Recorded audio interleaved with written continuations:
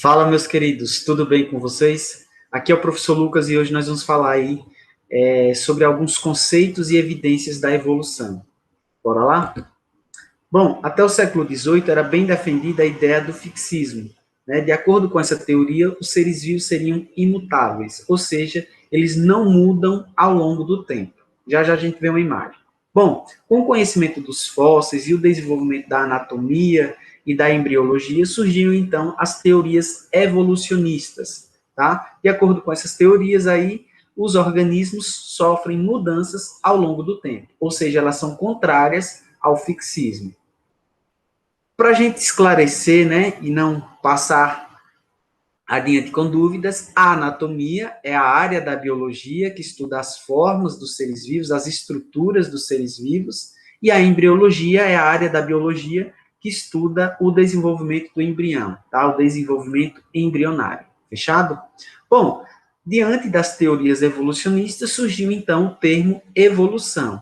Tá? E a evolução ela é definida como um conjunto de processos que levam a modificações nos seres vivos ao longo do tempo, podendo dar origem a novas espécies. Explica para mim, professor. Resumindo, evolução. Temos um ser vivo, né? E ao longo do tempo, esse ser vivo ele sofre um monte de mutações, ele vai sofrendo alterações ao longo dos muitos anos, tá, gente? Isso não acontece da noite para o dia. Então, conforme vai ocorrendo essas mudanças, essas mutações, pode-se chegar ao ponto dessas mudanças serem tão grandes com relação ao organismo inicial que ocorre a origem de uma nova espécie, tá certo? Vem comigo. Vamos comparar aqui o fixismo com o evolucionismo. Veja, aqui no fixismo nós temos 3 borboletas. Observem que, com o passar do tempo, elas continuam iguais às borboletas iniciais. Então, fixismo, né? Os organismos, eles são fixos, eles são imutáveis, eles não mudam ao longo do tempo. Já no evolucionismo, observem que nós temos aqui essa borboleta inicial e, ao longo do tempo, ela vai sofrendo alterações, ó, vai sofrendo alterações e, no final, nós temos uma borboleta diferente da borboleta inicial. Nesse caso aí, a gente viu uma mudança na coloração dessa borboleta, tá certo? Bom, da mesma forma, gente, essas borboletas, elas podem ter suas populações separadas, tá? Por um evento cladogenético. Então, nessa separação, elas vão viver em ambientes diferentes e, ao longo do tempo, essas mutações elas vão ocorrer de forma diferente também. Então, nesse caso, olha só, dessa mesma borboleta inicial, veja que ela também foi sofrendo alterações e, no final, eu tive uma borboleta que é diferente dessa inicial e é diferente dessa final aqui também, tá certo? Então, nesse processo de mutação, né, de mudanças que vão ocorrendo ao longo do tempo, para os seres vivos, então, eles sofrem mudanças, tá certo? E dão origem até novas espécies, ok? Então, isso aí é evolucionismo. Fechado? Bom, vamos seguindo. A classificação dos seres vivos mais atual, gente, se baseia aí nas relações de parentesco evolutivo entre os seres vivos, certo? E essas relações de parentesco evolutivo é justamente isso aqui, ó. Hoje busca-se entender, né, a relação desses seres vivos, né, ao longo do tempo, né? Esse parentesco evolutivo, né? Busca-se entender as relações entre os seres vivos ao longo do tempo, ok? Então, alguns itens são utilizados, né, na busca dessa compreensão, desse entendimento, desses estudos, né? Por exemplo, o estudo dos fósseis, a comparação entre as formas vivas atuais, então ocorre uma comparação entre os seres vivos atuais, há uma comparação também entre as formas dos seres vivos atuais com as formas, né, antigas, as formas fósseis, por exemplo. Há uma comparação entre as moléculas dos seres vivos, isso mesmo, hoje em dia é muito utilizado isso, principalmente aí a comparação na análise molecular do DNA, do RNA, de algumas proteínas, enfim, e bem como através da análise dos órgãos vestigiais que a gente fala já já, tá? Falando de fósseis, né? Os fósseis são vestígios da existência dos seres vivos extintos, tá, gente? Então, fóssil só vale aí para ser vivo que não vive mais, tá? Então, seres vivos extintos. Então, esses fósseis aí são vestígios, né, dessa existência. E eles são encontrados principalmente aí nas rochas sedimentares, como os arenitos. O que seriam, professor, essas rochas sedimentares? Elas são rochas formadas ao longo do tempo também pela deposição de partículas de poeira, partículas de areia, tá? Por grãos de areia que vão se acumulando ao longo do tempo, certo? Então, conforme esses grãos de areia, de poeira vão se acumulando ao longo do tempo, vão se formando essas rochas. E nessa formação pode ocorrer, por exemplo, né, que alguns organismos, alguns seres vivos tenham ficado presos aí nessa sedimentação. Então, eles acabam ficando preservados, dando origem aí os fósseis, tá certo? Bom, nós temos dois tipos de fósseis, os icnofósseis e os somatofósseis. Os icnofósseis, pessoal, vem de traço, de vestígio, tá? Então, são os fósseis aí vestigiais, como pegadas, pistas de deslocamento, marcas de dentadas, excrementos e excrementos, tá? Já os somatofósseis são, soma vem de corpo, de estrutura, tá? Então, significa dizer, né, que esses fósseis aí seriam, por exemplo, restos corpóreos ou parte do corpo de um organismo, ou até o organismo inteiro. É mais raro da gente encontrar, mas ocorre, tá? Dentes, ossos, carapaças, folhas e conchas, ok? Então, esses aí são os fósseis. Bom, aqui eu trago uns exemplos, tá? Então, aqui eu tenho, um organismo inteiro, tá? No caso aí, um inseto fossilizado em âmbar, que é uma resina vegetal fóssil, ok? Nós temos aqui a carcaça completa, olha que legal, de um filhote de mamute, tá? Essa preservação aqui ocorreu no gelo da Sibéria, então ele foi encontrado lá no solo da Sibéria, preservado no gelo, tá? Tem cerca de 10 mil anos. E aqui nós temos um fóssil da xilopala, tá? Que é uma planta, um vegetal, aqui no caso o tronco dessa árvore, tá? Com cerca de 200 milhões de anos. Nesse caso aqui, gente, nós temos uma fossilização por mineralização, no qual, conforme vai ocorrendo a decomposição, né, da madeira, vai ocorrendo a substituição, né, aí a formação, a mineralização, a composição ali de minerais nessa estrutura, tá bom? Então, no final das contas, aqui a gente tem uma rocha, tá? Que é um fóssil aí de um vegetal. Fechado? Bom, aí nós temos a comparação anatômica entre os seres vivos atuais, tá? Então, ocorre aí uma comparação entre os seres para que se dê aí, né, se enxergue as possíveis relações de parentesco entre esses grupos de seres vivos atuais. Bom, aí surgem as estruturas análogas e as estruturas homólogas. Prestem bem atenção, tá? As estruturas análogas são aquelas que exercem funções semelhantes, mas apresentam origem embrionária diferente. Olha, que eu falei que a embriologia era importante, né? Então, vejam, tem função semelhante, como a asa do inseto tem a mesma função da asa da ave. Concordam comigo? Né? Serve aí para esses organismos voarem, né? Se locomoverem através do voo. Beleza, tem a mesma função. Mas apresentam uma origem embrionária diferente. Então, no desenvolvimento desses seres vivos, né, ocorre uma grande diferença, né? Eles não têm a mesma origem embrionária. Então, por isso, são chamados de estruturas análogas. Pessoal, como essas estruturas, elas são análogas, elas não têm a mesma origem embrionária, logo, elas não refletem grau de parentesco evolutivo. Significa dizer que um grupo não tem relação com o outro, tá certo? Então, elas não derivam aí de uma condição ancestral comum exclusiva. Fechado? Bom, vamos lá. As estruturas homólogas é o contrário das estruturas análogas. Nesse caso aqui, né, as estruturas homólogas, elas podem ter formas e funções semelhantes, na maioria das vezes, ou até ter forma e função diferente. Só que o segredo está no desenvolvimento embrionário. Porque essas estruturas homólogas vão ter aí a mesma origem embrionária, tá certo? Isso confunde um pouco, mas se liga aí que vocês conseguem entender. Então, veja, estruturas homólogas vão apresentar formas e funções semelhantes ou diferentes, mas vão ter aí a mesma origem embrionária. Resumidamente, o que é que importa para mim, professor? Que estruturas homólogas apresentam a mesma origem embrionária. Tá certo?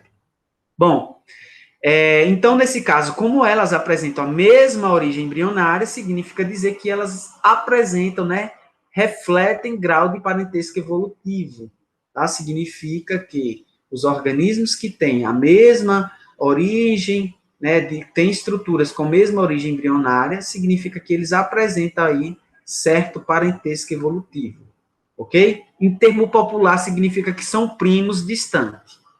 Fechado? Olha aqui só, olha só isso aqui. O homem, o gato, o cavalo, o morcego e o golfinho, por exemplo, apresentam aí esse parentesco evolutivo. Sério, professor? Eu sou parente do golfinho ainda, do morcego, do cavalo, do gato? Sim, nós temos esse parentesco evolutivo porque nós apresentamos estruturas homólogas com esses outros animais, tá? Então, ó, por exemplo, aqui, ó, vamos falar aí do membro posterior, tá? Então, o homem aqui, por exemplo, né, tem aqui o braço. Então, ó, esse osso aqui, o húmero, o gato também tem, o cavalo, o morcego e o golfinho apresenta também. Ó, rádio, esse osso em verde, todos eles apresentam. A una, os carpos em amarelo aí, ou laranja, não sei como é que vocês estão visualizando. Os metacarpos aí em lilás e as falanges. Vejam que eles vão ter uma estrutura um pouco diferente, tá? A função também é diferente, mas eles apresentam a mesma estrutura embriológica, desculpa, o mesmo desenvolvimento embriológico, tá? Então, aqui, ó, nós usamos as mãos para pegar, né, determinados objetos. O gato, nem sempre, não é para pegar, né? Ele serve ali mais para locomoção, serve para arranhar, enfim. O cavalo, locomoção. O morcego, ó, já é para voar e o golfinho para nadar. Então, né, vão ter aí formas e funções diferentes, mas a mesma origem embrionária. Logo, tem aí algum parentesco evolutivo. Fechado? Bom, vejam aqui, ó, uma comparação. Desenvolvimento embrionário, ó, conforme vai desenvolvendo. Então, veja, aqui nós temos o do peixe, da salamandra, da tartaruga, da galinha, do porco, do carneiro, do coelho e da espécie humana. Veja que apresenta uma certa similaridade aí nessas fases que eu separei aí, né? Então, ocorre aí um desenvolvimento embrionário. Ok? Olha só aqui o do coelho, como é bem próximo aqui, bem parecido com o humano. Vamos lá.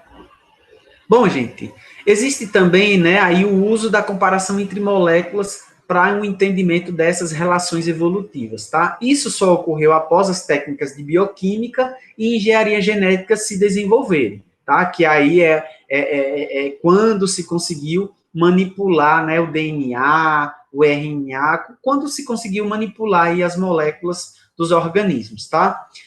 Comparar moléculas de organismos distintos serve para detectar padrões de semelhanças e diferenças entre eles, tá? Então, um exemplo que a gente pode ter aí é essa comparação aqui, ó. Ocorreu a comparação, tá? Do mapa genético, ou seja, do DNA do macaco bonobo com o DNA humano. E nessa comparação, gente, se obteve 98,7% de igualdade. Significa que nós temos um alto grau de parentesco aí com os macacos, tá? Principalmente aí com esse macaco bonobo, bem como com o chimpanzé, tá certo, gente? Então, essa comparação molecular nos garante aí esse grande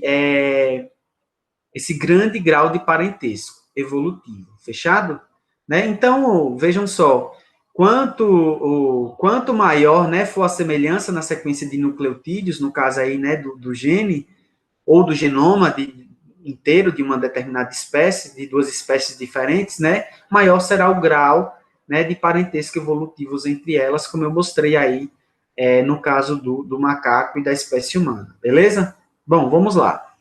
Nós temos também aí o uso dos órgãos vestigiais aí, né, nesses estudos evolutivos, tá? Em determinados animais, alguns órgãos são bem desenvolvidos e funcionais, né? Então, são grandes e funcionam muito bem, têm grande função. Já em outros seres vivos, os mesmos órgãos, eles são reduzidos, não apresentam função ou têm uma função mínima. No entanto, a presença, né, desses órgãos em organismos diferentes demonstra aí uma relação de ancestralidade, né? Um possível parentesco entre eles, tá certo? Entre esses grupos aí estudados. Por exemplo, gente, olha só, o sistema digestório do coelho apresenta essa porção aqui do intestino grosso bem desenvolvido. Olha o tamanho dessa estrutura. É o seco, tá? Já em nós, seres humanos, nós também temos esse seco, tá? Aqui, tá aqui, ó, seco. Só que ele é bem pequeno, certo? Ele é reduzido.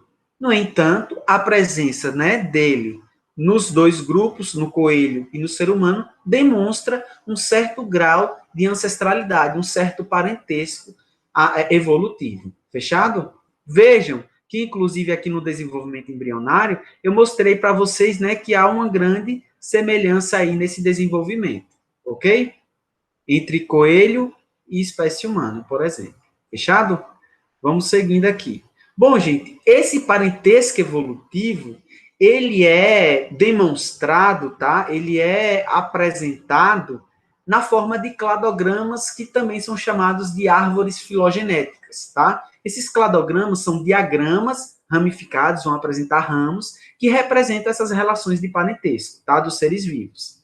Eles são utilizados principalmente aí pela sistemática filogenética, também chamado de cladística, tá? Que é uma escola aí que estuda a classificação dos seres vivos, baseada aí nessas características evolutivas, tá? Então, nesse caso aí, classifica-se usando a história evolutiva dos seres vivos, ok? Bom, na elaboração de um cladograma, uma ou mais características são analisadas de modo comparativo. Então, vamos dizer assim, que eu escolho uma característica X e vou comparar essa característica entre os dois grupos de seres vivos ou mais que eu queira estudar, tá certo? Para cada característica, gente, se considera uma condição primitiva e uma condição derivada, certo? A condição primitiva ela é chamada de plesiomorfia, olha lá os termos da biologia, e a condição derivada ela é chamada de apomorfia. Ô, professor, deixa isso mais claro. Para cada característica que eu vou comparar entre dois grupos de seres vivos ou mais que eu estou estudando, eu vou ter uma característica que surgiu primeiro e uma característica que surgiu depois, ok? A característica que surgiu antes, né? Que surgiu primeiro lá para todos eles é a condição primitiva chamada de plesiomorfia. A característica que surgiu depois, a condição que surgiu depois ao longo das mutações, certo? Ao longo das mudanças com o passar do tempo, são chamadas de condições derivadas ou apomorfias, beleza? Volta um pouquinho, se ficou com dúvida, e repete o vídeo aí que eu acho que dá para entender, certo? Bom, então aqui eu trago um cladograma para a gente entender isso de forma prática. Veja, aqui eu tenho um cladograma, gente, trazendo as relações de parentesco entre 4 grupos de fungos, tá? Então, por exemplo, aqui eu tenho os quitridiomicetos, os zigomicetos, os ascomicetos e os basidiomicetos. Obviamente, como eles são grupos diferentes, eles vão ter características diferentes. E, com certeza, eles vão ter umas características apomórficas, que são as mais atuais, e as características plesiomórficas, que são as mais antigas, certo? Gente, a característica antiga, ela sempre fica mais embaixo no cladograma. Conforme vai surgindo as características novas, ou seja, as condições derivadas, vai se surgindo os novos grupos. Repara só, aqui embaixo eu tenho a base do cladograma, tá? Então, essa daqui é a base do cladograma, é onde eu vou ter aqui a raiz, então, chamada também de raiz do cladograma, certo?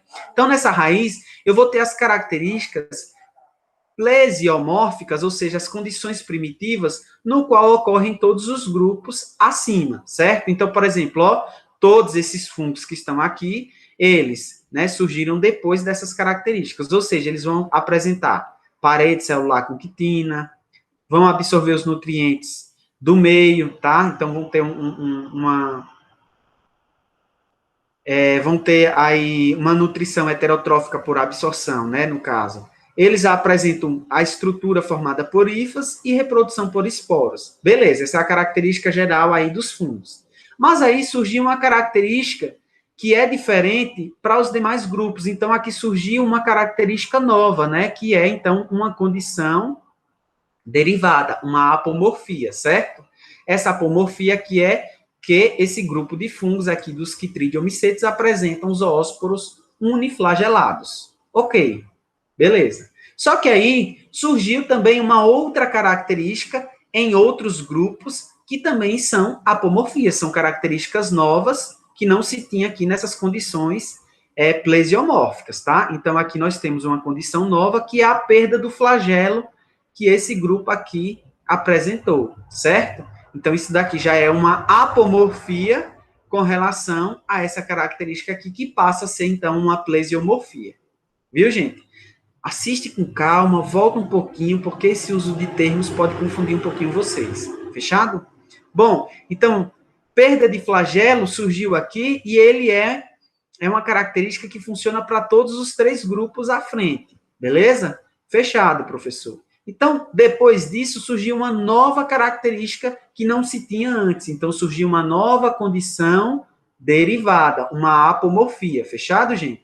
Que é a presença de um esporo chamado de zigósporo, tá? Um esporo sexuado chamado de zigósporo. E esse esporo sexuado, ele só surgiu para esse grupo aqui. Então, ó, deu origem a um ramo específico para o grupo do zigomiceto. Fechado? Aí, gente, surgiu uma nova apomorfia lá na frente, ó, os corpos de frutificação. Então, isso que ficou para trás passa a ser, então, uma característica plesiomórfica para essa condição aqui, ok? Então, corpo de frutificação, beleza. Então, esse corpo de frutificação é uma característica compartilhada aí por esses dois grupos. Veja, o ascomiceto vai ter aí novas características, que é o ascocarpo e o ascósporo, e então aqui são apomorfias para esse grupo. E no final nós temos para o grupo dos basidiomicetos as apomorfias chamadas, que seriam aqui no caso as características, né, o basidiocarpo e o basidiósporo. Tá certo, gente? Então vejam, nós temos aí no cladograma a raiz, né, que é essa base aqui, é a raiz, que é onde o cladograma se inicia, está baseada principalmente aí na ontogenia ou comparação dos organismos que se pretende estudar, certo? Nós temos os nós, gente, aqui é o nó, o nó é onde parte cada um dos ramos, ok? Então, isso aqui, cada um desses pontos onde partem os ramos são os nós, são os pontos de onde partem as ramificações, e eles representam um ancestral comum hipotético dos grupos que se partem dele. Olha só, então significa, gente, que aqui nós tínhamos um ancestral comum com todas essas características aqui, certo? Então, esse ancestral comum, ele originou todos esses grupos de fungos, ok? Com o passar do tempo, ocorreu essas mudanças aí e ocorreu o aparecimento de novas características. Então, agora eu tenho um ancestral comum aqui, que vai ter essas características aqui, ó, comum a esses três grupos. Da mesma forma, eu tenho aqui um ancestral comum, que tem aí a apomorfia, o corpo de frutificação, que é compartilhado por esses dois grupos, certo? Então, veja, ó, esse ancestral comum, ele é compartilhado por esses dois grupos, esse ancestral comum, ele é compartilhado por esses três grupos, e esse ancestral comum, ele é compartilhado pelos quatro grupos. Fechado, gente? Tranquilo, né? Então, esses grupos aí, ó, com o seu ancestral e todos os seus descendentes são chamados de grupos monofiléticos, tá bom? Então, aqui eu tenho um grupo monofilético formado por esse ancestral e os quatro grupos. Aqui eu já tenho um outro grupo monofilético formado por esses três grupos e esse ancestral comum. Aqui eu tenho o último grupo monofilético que é formado por esses dois grupos aqui. Tranquilo? Gente, se vocês não estiverem entendendo, assim, tiverem com um pouquinho de dificuldade, eu recomendo que vocês voltem para assistir uma aulazinha sobre classificação dos seres vivos, tá bom? Que aí consegue clarear um pouco mais as ideias de vocês. Fechado?